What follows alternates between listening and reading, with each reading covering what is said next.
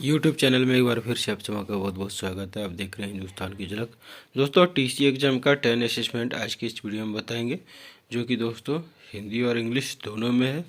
इसमें दोस्तों प्रत्येक असेसमेंट में आपका 10-10 क्वेश्चन होगा और टोटल दोस्तों आपको 100 क्वेश्चन बताएंगे।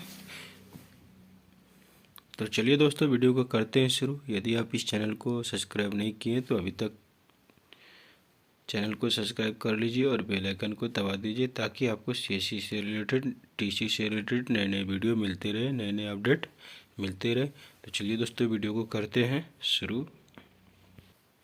दोस्तों पहला असेसमेंट का पहला क्वेश्चन है, एक नए विचार के साथ एक नया उद्यम शुरू करना उद्यमिता कहलाता है। तो दोस्तों इसका सही आंसर हो जाएगा ट्रू। हिंदी में बोलेंगे सही, तो यही आपका करेक्ट हो जाएगा, राइट हो जाएगा।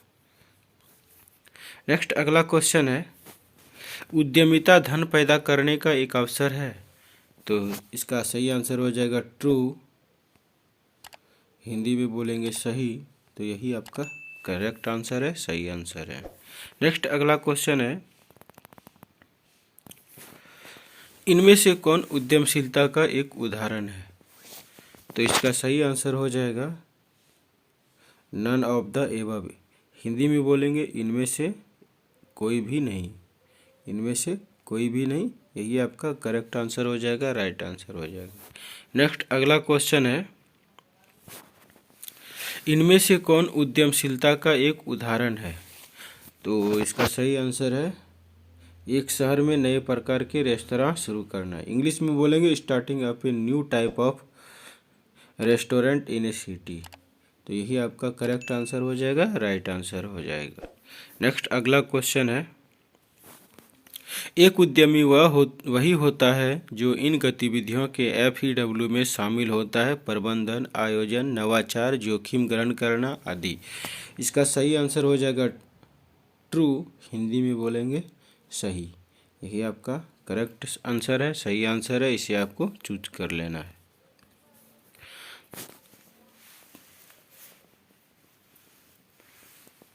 अगला क्वेश्चन है, एक उद्यमी निम्नलिखित गतिविधियां करता है, प्रबंधन, आयोजन और सभी निर्णय स्वयं करता है। इसका सही आंसर हो जाएगा सही।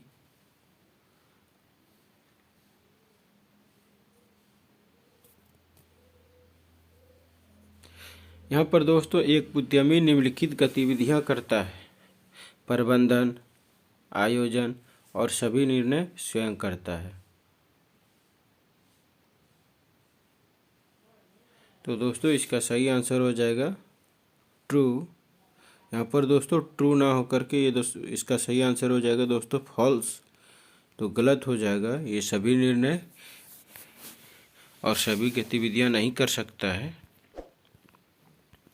नेक्स्ट अगला क्वेश्चन है, एक उद्यमी वही व्यक्ति होता है जो कम जोखिम लेता है, प्रयोग से बचता है। तो इसका सही आंसर हो जाएगा फॉल्स। हिंदी में बोलेंगे गलत, तो इसे आपको सेलेक्ट कर लेना, यही आपका करेक्ट आंसर हो जाएगा, राइट आंसर हो जाएगा। नेक्स्ट अगला क्वेश्चन है, एक सफल उद्यमी बहुत तेज़ी से अमीर बन सकता है।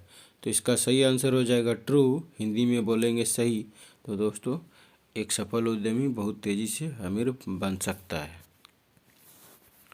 अगला क्वेश्चन है, नए विचार के आधार पर व्यवसाय शुरू करने वाले सभी लोग हमेशा सफल होते हैं।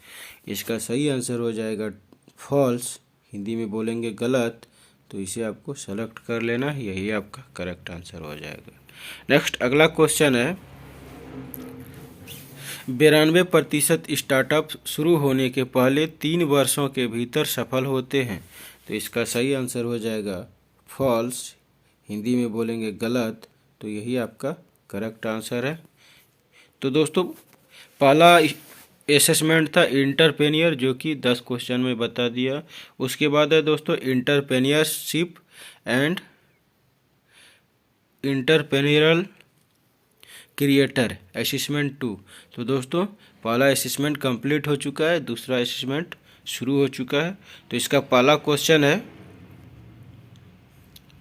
क्या उद्यमिता में डैश शामिल है? तो इसका सही आंसर हो जाएगा all of the above, Hindi में बोलेंगे ऊपर के सभी। तो यही आपका करेक्ट आंसर हो जाएगा, राइट आंसर हो जाएगा।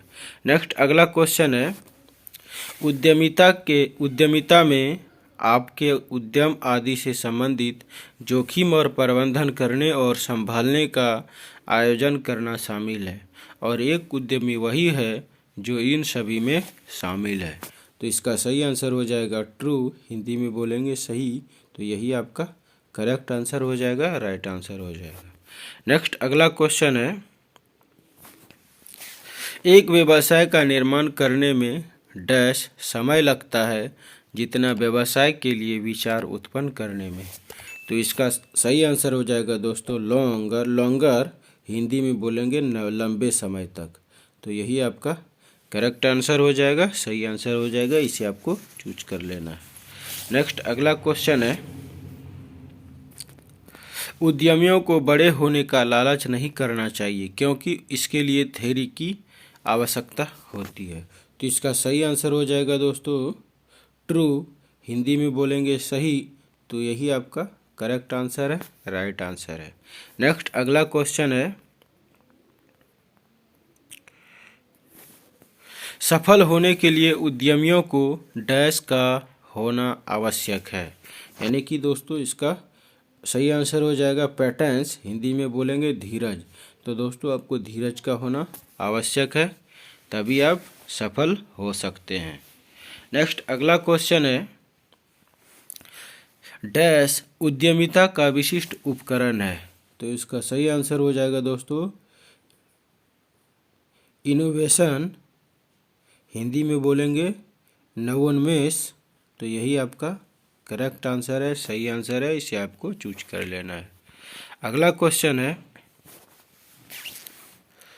उद्यमियों को भौतिक समुदायों में सदस्यता की आवश्यकता होती है जहां विचार हो सकते हैं साझा और आकार। तो इसका सही आंसर हो जाएगा ट्रू, हिंदी में बोलेंगे सही। तो यही आपका करेक्ट आंसर हो जाएगा, राइट आंसर हो जाएगा। नेक्स्ट अगला क्वेश्चन है, संगठनों के भीतर उद्यमी नेताओं को प्रेरित करने और बनाने के लिए तो कैसे। तो इसका सही आंसर हो जाएगा दोस्तों मुख्य धारा रणनीतिक गतिविधियों के रूप में उद्यमशीलता गतिविधि को बढ़ावा देने के लिए संगठनों के अंदर उद्यमशीलता पारिस्थितिकी तंत्र का। तो यही आपका करेक्ट आंसर हो जाएगा, राइट आंसर हो जाएगा, इसे आपको चूज कर लेना है। नेक्स्ट अगला क्वेश्चन है,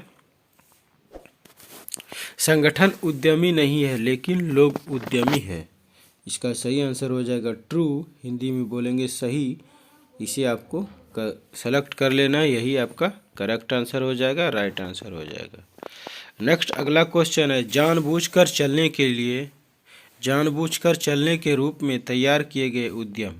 तो इसका सही आंसर हो जाएगा बोथ आर करेक्ट, हिंदी में बोलेंगे दोनों सही है। तो यही आपका करेक्ट आंसर है, राइट आंसर है।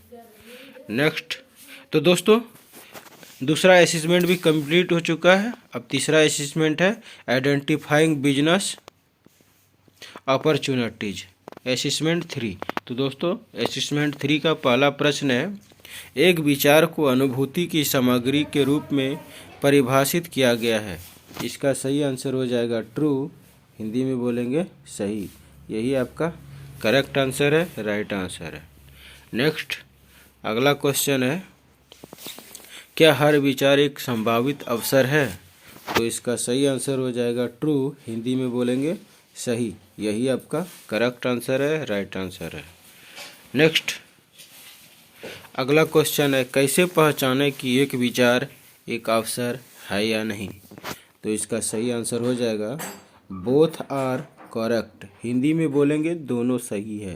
तो यही आपका करेक्ट आंसर है, राइट आंसर है। नेक्स्ट अगला क्वेश्चन है, हमें एक विचार का मूल्यांकन करने की आवश्यकता क्यों है। तो इसका सही आंसर हो जाएगा all of the above, Hindi में बोलेंगे ऊपर के सभी। यही आपका सही हो जाएगा, करेक्ट हो जाएगा, राइट हो जाएगा। इसे आपको चूज कर लेना। नेक्स्ट अगला क्वेश्चन है,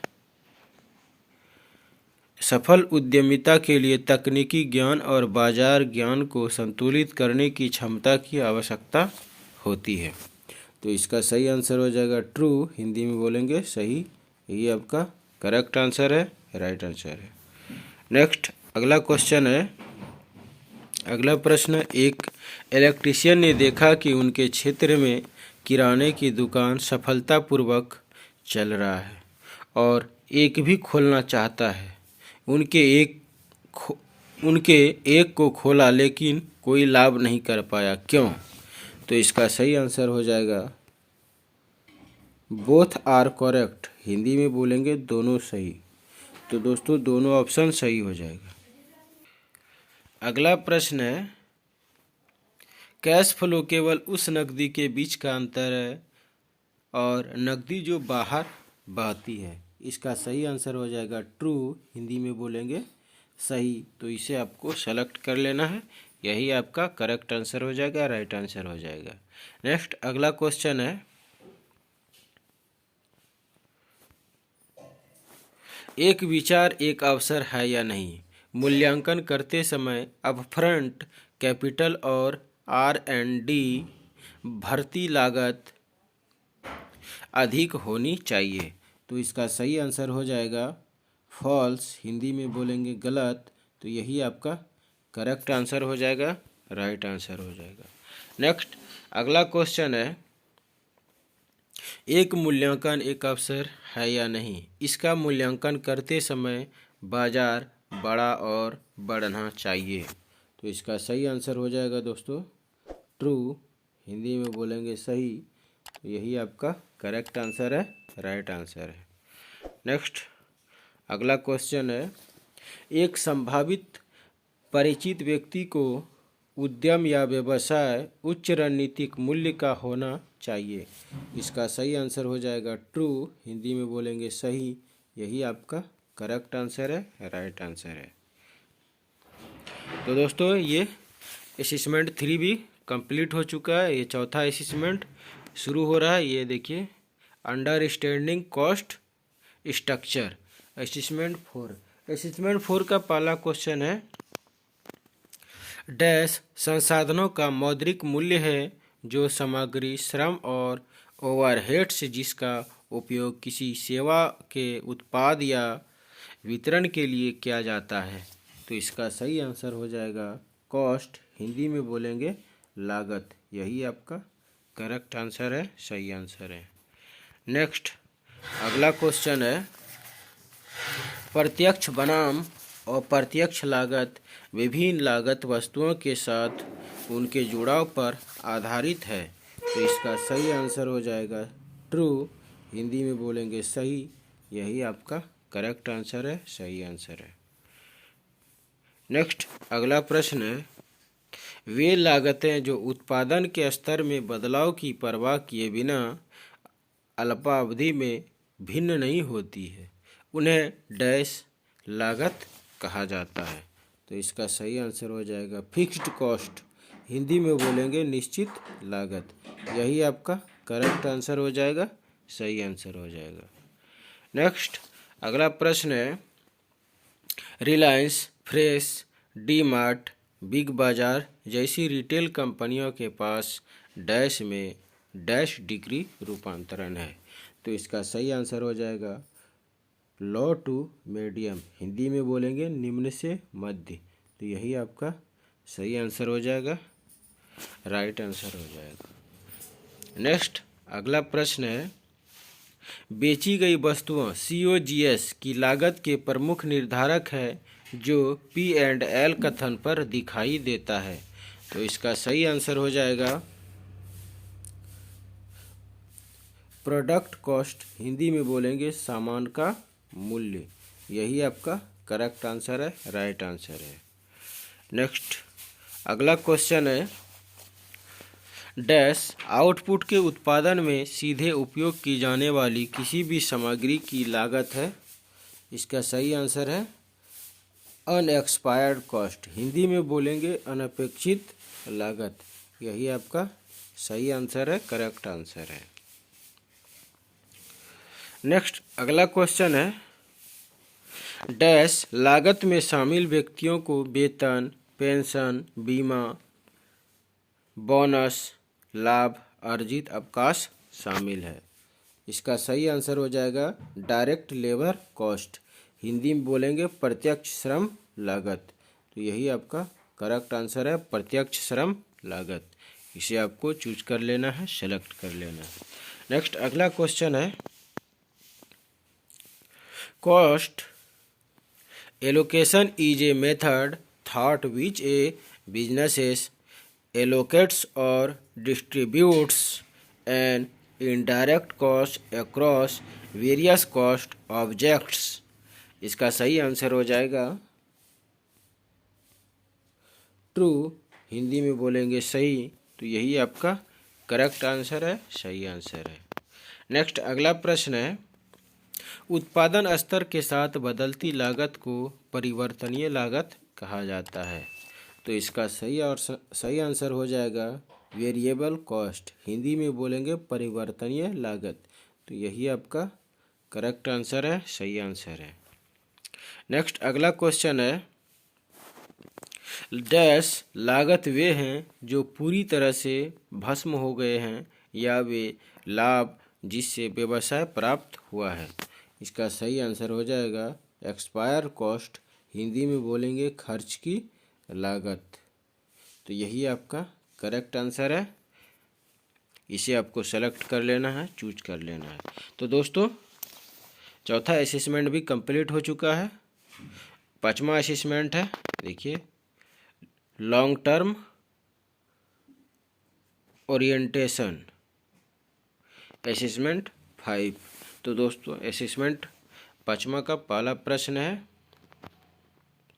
एक सफल उद्यमी की विशेषताएं या लक्षण क्या है, सबसे अच्छा विकल्प चुनें। तो दोस्तों सबसे अच्छा विकल्प दोस्तों इसका हो जाएगा all of the above, Hindi में बोलेंगे ऊपर के सभी।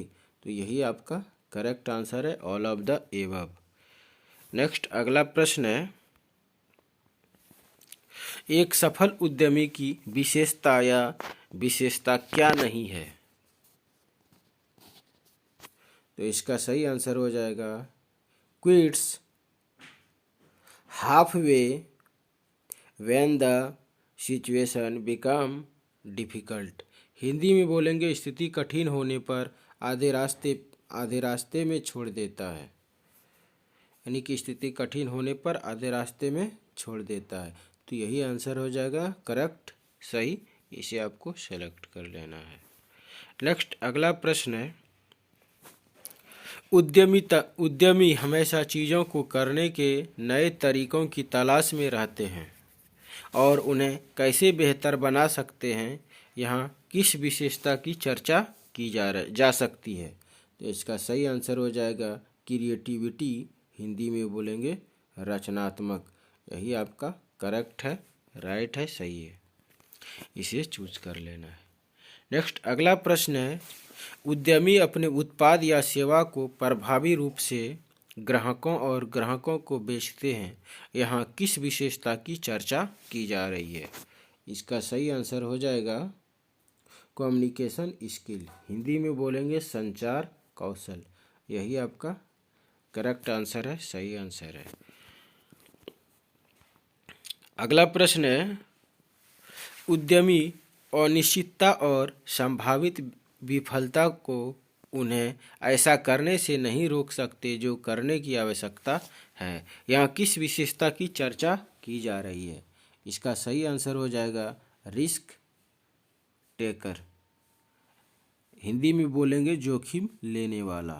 तो यही आपका करेक्ट आंसर है, सही आंसर है। नेक्स्ट अगला प्रश्न है, डैश ज्ञान का मूल्यांकन आत्मसात और शोषण करने की क्षमता है। इसका सही आंसर हो जाएगा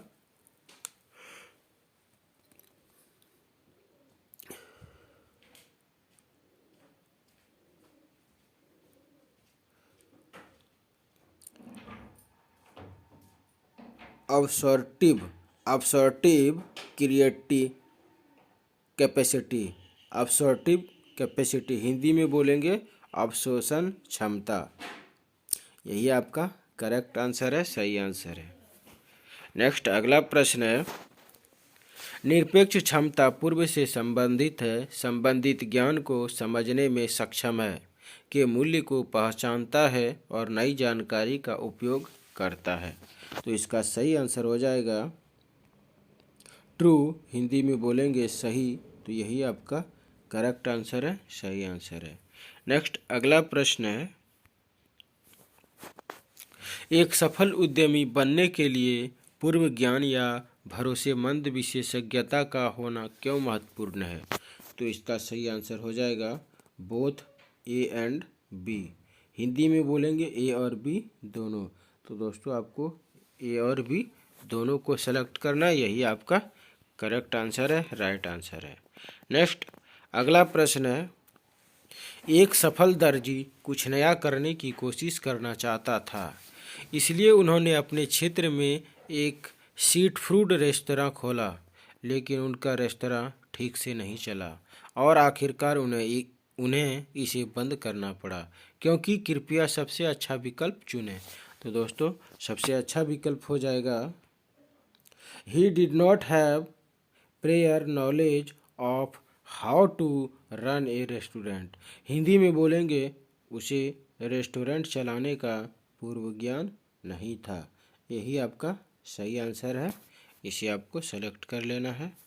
अगला क्वेश्चन है,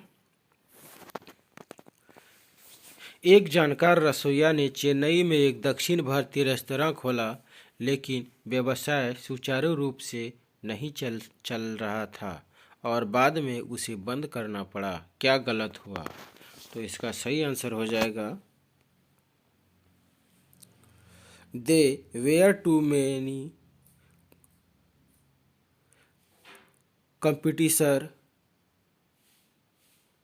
and he was not active in the menu to attract customers, Hindi में बोलेंगे बहुत अधिक प्रतियोगी थे और ग्राहकों को आकर्षित करने के लिए वह मेन्यू में रचनात्मक नहीं थे। तो यही आपका करेक्ट आंसर हो जाएगा, राइट आंसर हो जाएगा, इसे आपको चूज कर लेना है।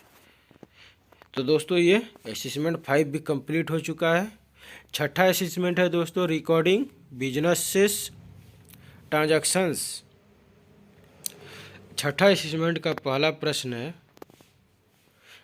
डैश व्यवसाय के सभी मौजूदा परिस्थितियों, देनदारियों और इक्विटी का एक रिकॉर्ड है। तो इसका सही आंसर हो जाएगा बैलेंस शीट, हिंदी में भी दोस्तों बैलेंस शीट ही बोलेंगे, यही आपका करेक्ट आंसर है, राइट आंसर है। नेक्स्ट अगला प्रश्न है, 3 वित्तीय पत्रक क्या है जो किसी व्यवसाय को रिकॉर्ड और रिपोर्ट करते हैं? तो इसका सही आंसर हो जाएगा statement of cost flow, balance sheet, profit and loss statement, Hindi में बोलेंगे नकदी प्रवाह का विवरण, बैलेंस शीट, लाभ और हानि विवरण। तो यही आपका करेक्ट आंसर है, राइट आंसर है। नेक्स्ट अगला प्रश्न है, बैलेंस शीट एक व्यवसाय के सभी आय और एक निश्चित से अधिक लागत का एक रिकॉर्ड है। तो इसका सही आंसर हो जाएगा ट्रू, हिंदी में बोलेंगे सही, यही आपका करेक्ट आंसर है, राइट आंसर है।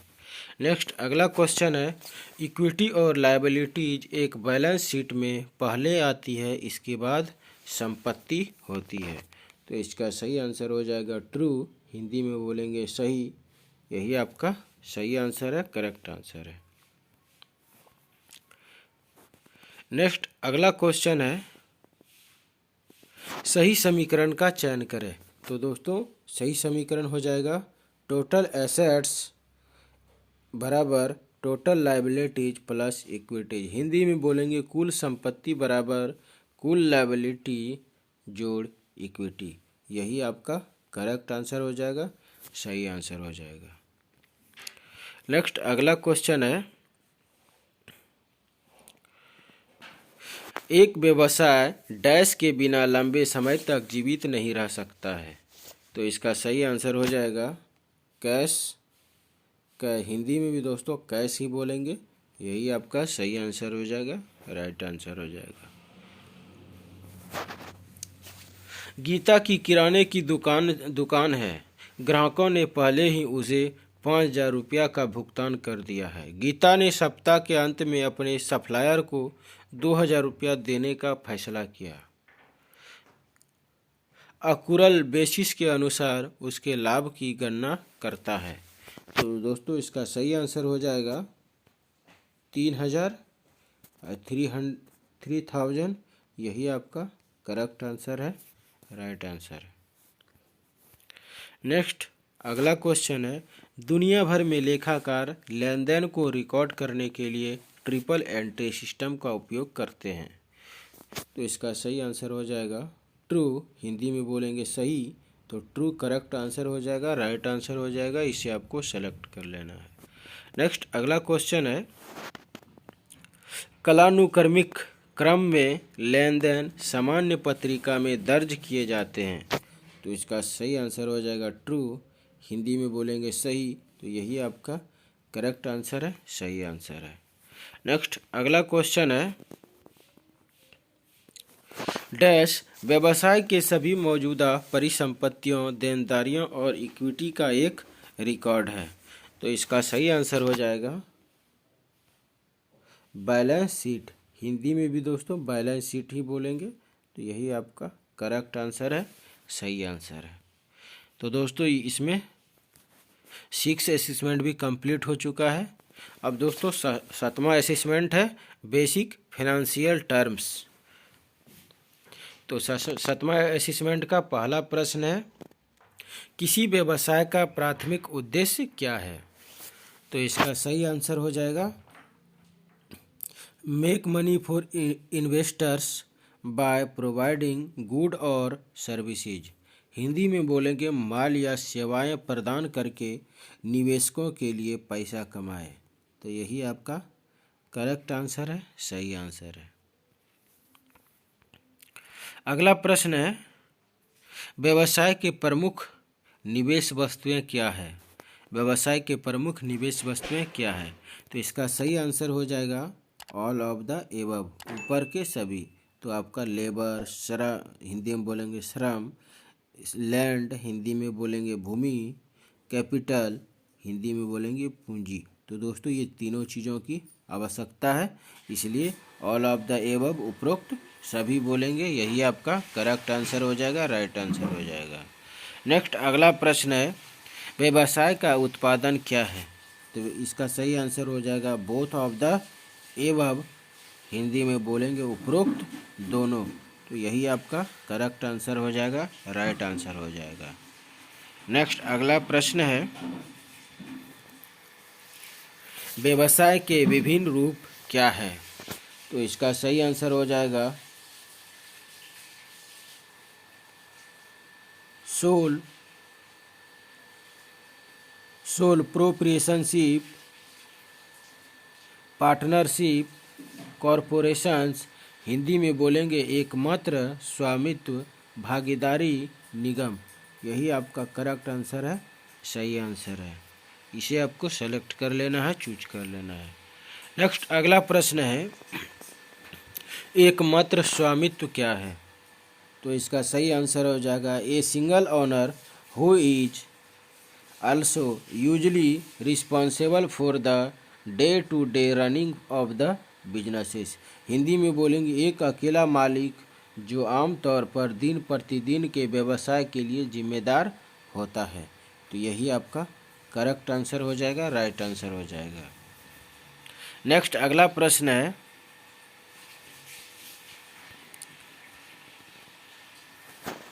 डैश के कई मालिक या साझेदार हैं जिसमें से कुछ व्यवसाय के दिन प्रतिदिन के चलने के लिए भी जिम्मेदार होता है। तो इसका सही आंसर हो जाएगा पार्टनरशिप, हिंदी में बोलेंगे साझेदारी। तो यही आपका सही आंसर है, करेक्ट आंसर है। नेक्स्ट अगला प्रश्न है, निगम क्या है। तो इसका सही आंसर हो जाएगा a separate legal entity with a large number of owners. Hindi में बोलेंगे बड़ी संख्या में मालिकों के साथ एक अलग कानूनी इकाई। तो यही आपका करेक्ट आंसर है, सही आंसर है, राइट आंसर है। नेक्स्ट अगला क्वेश्चन है, लेखांकन का एक और उदाहरण पहचाने। तो इसका सही आंसर हो जाएगा दोस्तों, list and details of favourite customer. Hindi में बोलेंगे पसंदीदा ग्राहकों की सूची और विवरण। तो यही आपका करेक्ट आंसर हो जाएगा, सही आंसर हो जाएगा। नेक्स्ट अगला क्वेश्चन है, डैश अनिश्चित भविष्य की योजना बनाने और तय करने के बारे में है कि व्यवसाय को किस तरह का निवेश करना चाहिए। तो इसका सही आंसर हो जाएगा फिनांस। हिंदी में बोलेंगे वित्त। तो यही आपका करेक्ट आंसर है, राइट आंसर है। नेक्स्ट अगला क्वेश्चन है, डैश एक व्यवसाय के लिए पूंजी जुटाने का एक तरीका है, लेकिन पूंजी प्रदान करने वाली संस्थाओं को चुकाने के लिए कोई दायित्व नहीं है। इसके बजाय संस्थाओं को व्यवसाय का स्वामित्व दिया जाता है। इसका सही आंसर हो जाएगा इक्विटी। हिंदी में भी दोस्तों इक्विटी ही बोलेंगे। तो यही आपका करेक्ट आंसर हो जाएगा, सही आंसर हो जाएगा। तो दोस्तों ये असेसमेंट 7 भी कंप्लीट हो चुका है, 7वां असेसमेंट भी कंप्लीट हो चुका है। उसके बाद है दोस्तों 8वां असेसमेंट। इसमें देखिए अकाउंटिंग एंड बिजनेसेस रिपोर्टिंग। तो 8वां असेसमेंट का पहला प्रश्न है, बैलेंस शीट दो भागों में विभाजित है, assets and liabilities. Assets and liabilities यही आपका सही आंसर है, करेक्ट आंसर है। नेक्स्ट अगला प्रश्न है, डैश शीट एक विशेष तिथि के रूप में व्यवसाय की वित्तीय स्थिति का प्रतिनिधित्व करती है, आमतौर पर एक तिमाही या वित्तीय वर्ष के अंत में। तो इसका सही आंसर हो जाएगा बैलेंस शीट। हिंदी में बोलेंगे तुलन पत्र। यही आपका करेक्ट आंसर है, सही आंसर है। नेक्स्ट अगला क्वेश्चन है, इन्वेंट्री कच्चे माल का मूल्य कार्य प्रक्रिया और व्यवसाय द्वारा आयोजित तैयार माल का मूल्य है। तो इसका सही आंसर हो जाएगा ट्रू। हिंदी में बोलेंगे सही। तो यही आपका करेक्ट आंसर है, सही आंसर है। नेक्स्ट अगला क्वेश्चन है, दोनों परिसंपत्तियों और देनदारियों को वर्तमान और गैर वर्तमान के रूप में वर्गीकृत किया गया है। तो इसका सही आंसर हो जाएगा ट्रू। हिंदी में बोलेंगे सही। यही आपका करेक्ट आंसर है, सही आंसर है। नेक्स्ट अगला प्रश्न है, डैश वे संपत्तियां जिनके एक वर्ष के भीतर बेचे जाने या नकदी में परिवर्तित होने या उपभोग होने की उम्मीद है। तो इसका सही आंसर हो जाएगा करेंट एसेट्स। हिंदी में बोलेंगे वर्तमान संपत्ति। तो यही आपका करेक्ट आंसर है, सही आंसर है, करेंट एसेट वर्तमान संपत्ति।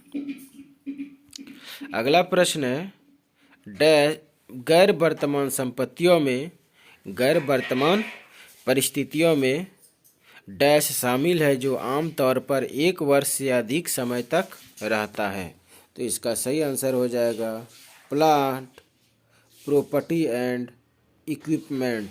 हिंदी में बोलेंगे संयंत्र संपत्ति और उपकरण।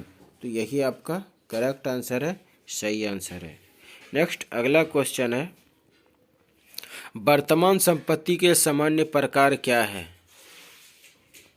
तो इसका सही आंसर हो जाएगा cash, inventories, receivables, short term loans and advances. Hindi में बोलेंगे नगद, इन्वेंट्री, प्राप्य, अल्पकालिक ऋण और अग्रिम।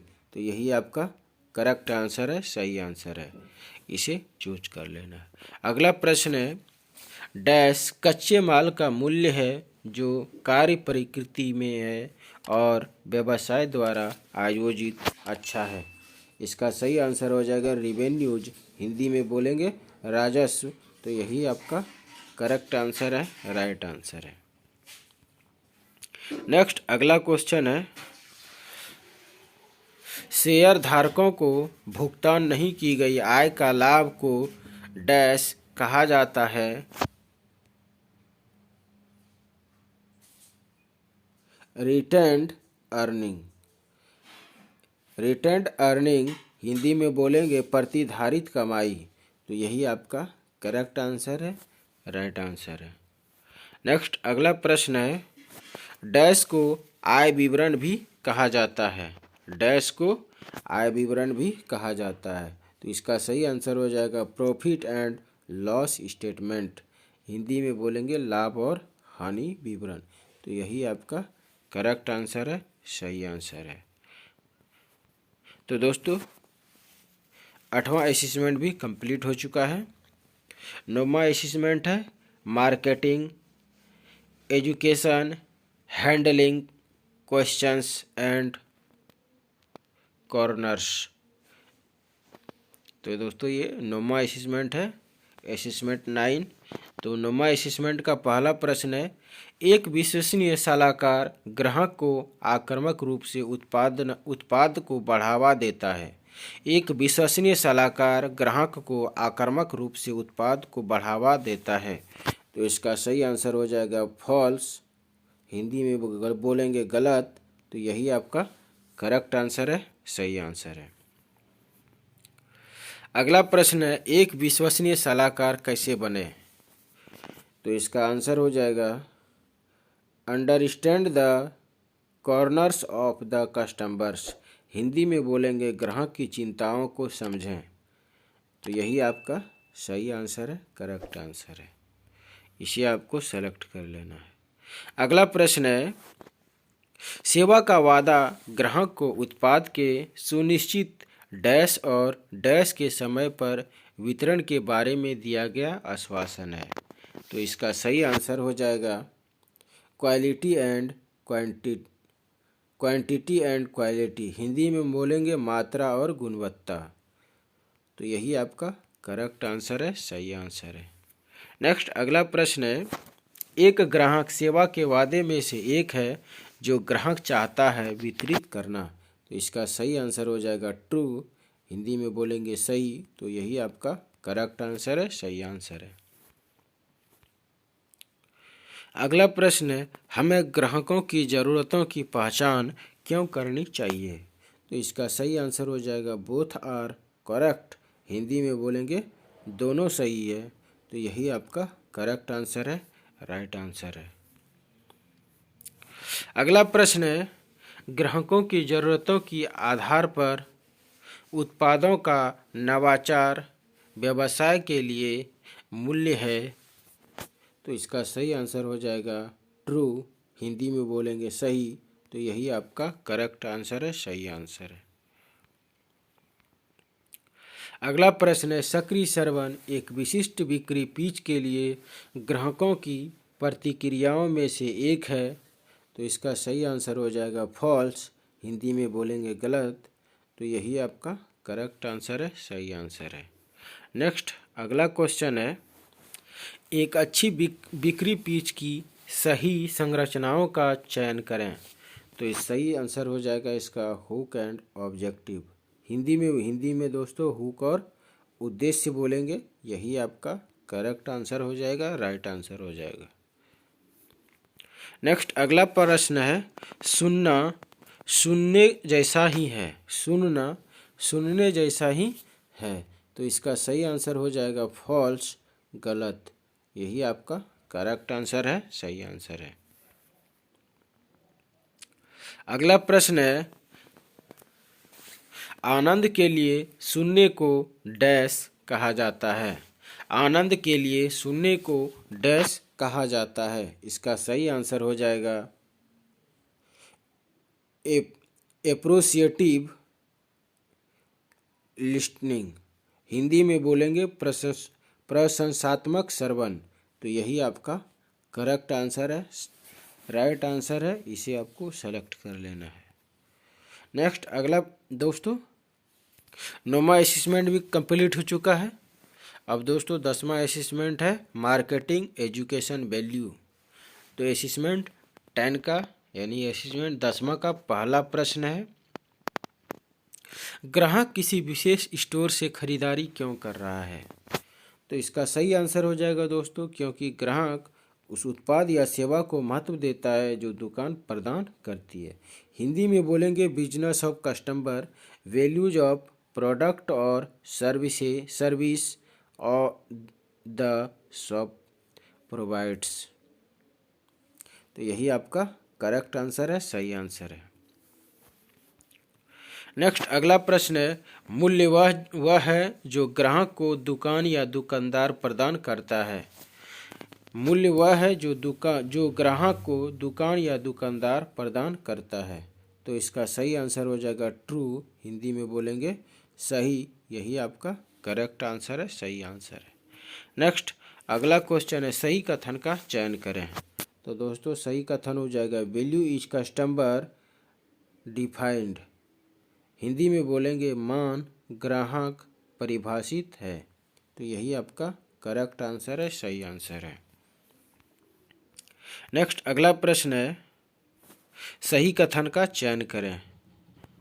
तो सही आंसर हो जाएगा दोस्तों value depends on the futures और services consumed by the customer. Hindi में बोलेंगे मूल्य ग्राहक द्वारा उपभोग की जाने वाली सुविधाओं या सेवाओं पर निर्भर करता है। तो यही आपका करेक्ट आंसर हो जाएगा, सही आंसर हो जाएगा।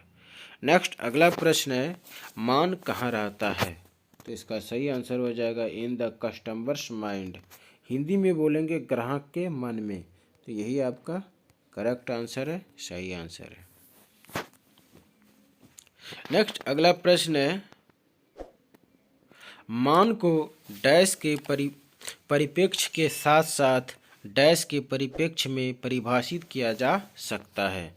तो इसका सही आंसर हो जाएगा कस्टमर प्राइस। हिंदी में बोलेंगे ग्राहक कीमत। तो यही आपका करेक्ट आंसर है, सही आंसर है।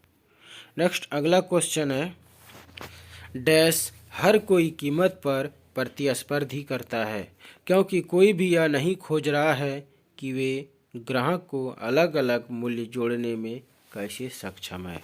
तो इसका सही आंसर हो जाएगा कमोडिटाइजेशन। हिंदी में भी दोस्तों कमोडिटाइजेशन ही बोलेंगे। यही आपका करेक्ट आंसर है, सही आंसर है। अगला प्रश्न है, मान परिप्रेक्ष्य को अपनाने से क्या लाभ है? तो इसका सही आंसर हो जाएगा all of the above. Hindi में बोलेंगे ऊपर के सभी। तो यही आपका करेक्ट आंसर है, सही आंसर है। नेक्स्ट अगला प्रश्न है, उद्यमियों के लिए मूल्य फ्रेमवर्क के अनुसार नीचे दिए गए सबसे अच्छे कथन का चयन करें। तो दोस्तों इसका सही आंसर हो जाएगा वैल्यू क्रिएशन। हिंदी में value creation, value delivery, value capture. Hindi में बोलेंगे मूल्य निर्माण, मूल्य वितरण, मूल्य पर कब्जा। तो यही आपका करेक्ट आंसर है, सही आंसर है। इससे आपको चूज कर लेना है, सेलेक्ट कर लेना है। 10वां प्रश्न है, ग्राहक किसी विशेष स्टोर से खरीदारी क्यों कर रहा है?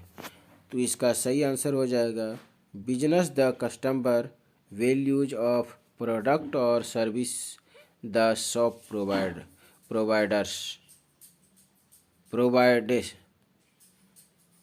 प्रोवाइड्स। हिंदी में बोलेंगे क्योंकि ग्राहक उस उत्पाद या सेवा को महत्व देता है जो दुकान प्रदान करती है। तो यही आपका करेक्ट आंसर हो जाएगा, सही आंसर हो जाएगा। तो दोस्तों आज के इस वीडियो में मैं आपको असेसमेंट का 100 क्वेश्चन बताया जो कि 10 असेसमेंट है। सभी असेसमेंट में दोस्तों आपको 10-10 क्वेश्चन को मैं बताया हूँ। उम्मीद है यह वीडियो आपको पसंद आया होगा, साथ ही हेल्पफुल भी लगा होगा। इसी तरह दोस्तों असेसमेंट के बाद दोस्तों आपको पहले ही लाइव एग्ज़ाम का क्वेश्चन आंसर को बता दिया, वहाँ चैनल में जा कर के आप देख सकते हैं। आप सभी लाइव एग्ज़ाम को देख करके और साथ ही असेसमेंट को देख करके आप लाइव एग्ज़ाम को कंप्लीट कर सकते हैं, पास कर सकते हैं। यदि अभी तक आपने इस चैनल को सब्सक्राइब नहीं किया है, चैनल को जाकर के सब्सक्राइब कर लीजिए और बेल आइकन को दबा दीजिए ताकि आपको नए नए वीडियो मिलते रहे। तो आज के लिए इस वीडियो में इतना ही, फिर मिलते हैं अगले वीडियो में एक नए वीडियो के साथ। तब तक के लिए धन्यवाद। जय हिंद, जय भारत।